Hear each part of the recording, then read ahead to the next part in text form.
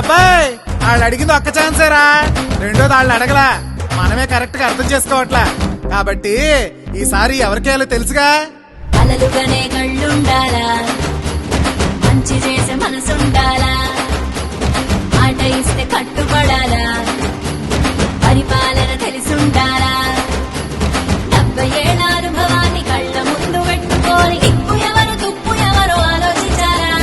బాబంటే చిత్తశుద్ధి, బాబంటే అభివృద్ధి, బాబంటే నమ్మకం తెలుగువాడి సంతగా.